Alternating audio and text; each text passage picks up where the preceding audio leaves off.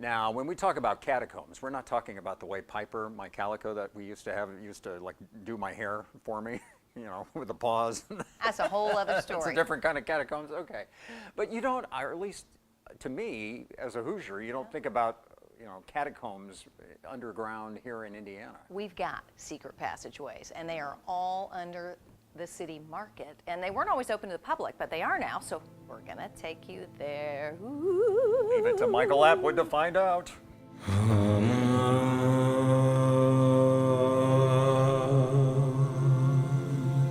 What is it about dark, dank basements with ancient-looking archways, and you just never know what might be lurking around the next corner that can raise those little hairs on the back of our neck, make our heart beat just a little faster, have us imagining all sorts of things we would otherwise never even dream of.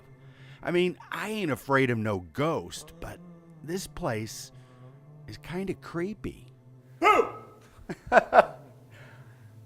Didn't work. Actually, the only creep here is your intrepid reporter. I mean, Joe Perrin with the Indianapolis City Market was nice enough to give us a tour of Indy's catacombs, and I just had to try and pull off a cheap joke at his expense. Sorry, Joe. But ever the professional, he still gave us an enlightening tour of an otherwise dark place filled with shadows. So we're down in what we call the Catacombs here at the Indianapolis City Market, and the Catacombs are one of the only things that is left from Tomlinson Hall. Tomlinson Hall was a massive structure and an impressive addition to the late 19th century Indianapolis skyline. Today, all that remains of the actual structure can be found here amongst these old arches and passageways. We're directly underneath the West Plaza of the City Market, and that's that plaza at the intersection of Market and Delaware. Today, tours are available, and there are all sorts of events, from karaoke in the catacombs to paranormal explorations. Looking for ghosts. Yeah, and Or the activity associated with. yes, I would describe it as such, but the people that come and do those tours always have a really, really good time, and I think have good things to say about it. I personally have not gone on one. I have to come down here. We don't keep these lights on all the time, so I'm the one that usually has to come turn them on, myself or my coworker Sandy. And when it's pitch black down here, that's about the creepiest experience that I need to have down here. So I'll leave the tours to other people. A beautiful yet just a little creepy event happened a couple years ago. Threshold Singers, a group you typically find at the bedside of someone who is dying, were singing here in a circle of chairs to honor Earth Day. All the lights were off. The acoustics here are perfect for such singing. And then It was spectacular, and then it was over, and we turned the lights back on, and everybody kind of went on their merry way.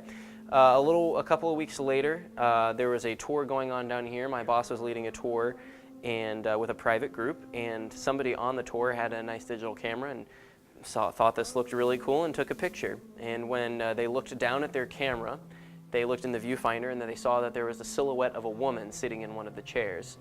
And it's like, oh my gosh, you have to look at this, and everybody else saw it too. And ever since then, we leave the chairs right where they are, because, you know, just in case. can't be too careful when dealing with the paranormal. Then there's the case of the mysteriously moving market cart. My boss came down here to turn the lights on because a tour was about to happen, and she comes back upstairs and looks at me and said, have you been down there lately? I said, no, why? Who moved the cart? She said, well, the cart is on the complete other side of the catacombs now, and there's no tracks. We have a dirt floor here. There are no tracks in the dirt to show that it's been rolled. And then, after that, if you actually try and move this thing, the axles on these wheels are so rusted it's impossible.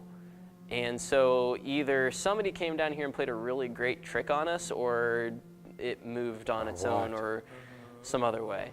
We won't solve this mystery during our time here, but we will update you, dear viewer, should the mysteriously moving market cart ever make another mysterious move.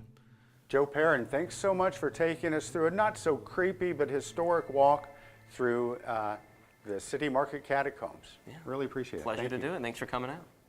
And for Boomer TV, I'm Michael Atwood.